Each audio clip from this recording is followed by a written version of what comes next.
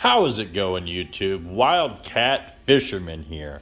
Today, I know it's been a while since I made a video, but today I wanted to go over something new, something different. I haven't made a video in a very long time, but today I want to go over my brand new kayak. I still own the boat. I still have everything I had before. You can watch all my videos and see everything I had. But now I'm doing something a little bit different. I'm going to kayak fishing. Now, I know what you're saying.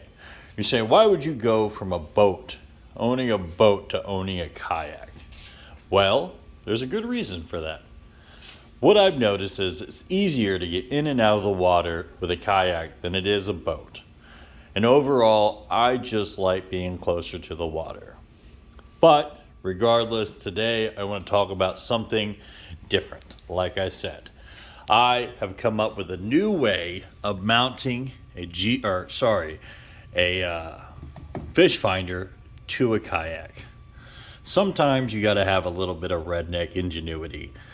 And while I'm not sure if you noticed, some things are very expensive, especially when it comes to kayaks. You have the Yak Attack and you have multiple different things that you can buy and a lot of brands you can buy, but sometimes you just got to get creative and you just got to make it happen. So let's go ahead and get into it. Here you are looking at the Heritage, the Angler 10. This is a $399 kayak. Now this kayak you can get at a couple of stores, but mainly you would get this kayak at Academy Sports and Outdoors. It is $399 and it is a sit on the top kayak. The problem I had with this kayak is, well, really so far not a lot. It's been a really good kayak. I must say though, I am not a big fan of this flimsy seat.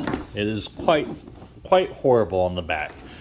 And while I plan on upgrading that, that's not why we're here. The great thing about this kayak is it comes with rails.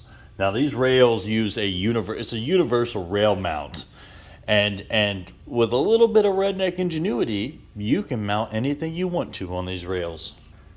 After searching and searching on eBay, Amazon, and everywhere else I could look, also searching on Walmart, Bass Pro Shop, and Cabela's, I just couldn't find what I was looking for.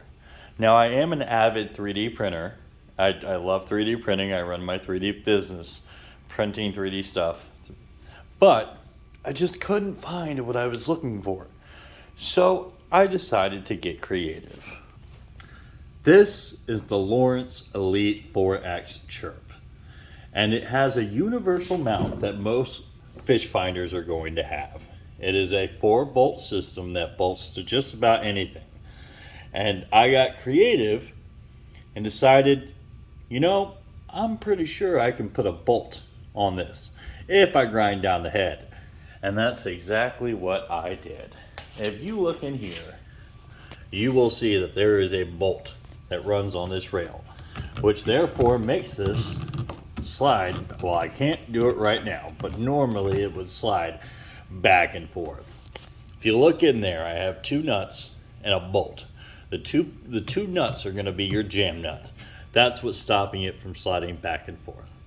It's a really simple design, super easy to do, and all you need is a flat plate. You take yourself a flat plate, drill 4 holes, and you're good to go. Now, over here on the transducer, I had to get a little creative. And while I thought, I needed to find a way to get this to be adjustable. I needed it to be able to go down into the water, but also when transporting it, I needed it to go up. And what I came up with was a piece to a phone mount. If you look here on the legs, you will see that there is a metal rod and a fold-out piece of aluminum that holds it in and out. All I did was take the rivets off and do a little redneck ingenuity. Let me show you what I'm talking about. Using the same concept as I talked about over here, I took myself a bolt and I ran the bolt through the rail. The bolt comes up and I found myself a spacer. This spacer is this. This right here is what I used. This is something I had lying around on my shelf and I was not using it. And what I did, and mind the welds, is I welded it onto this bracket in 4 different locations, front and back. Once I welded that into place, I was then able to bring this over here, take a bolt and slide it through, put this whole assembly on, and then tighten it with a nut. This stops this from moving back and forth, but also allows me to go down and up. You see, sometimes you just can't spend a bunch of money. Sometimes you need to have a little bit of redneck ingenuity to make things happen. Now I have a fish finder and a transducer that can go into the water, and this ultimately will allow me to get more fish. I want to thank all my subscribers for, subscribing.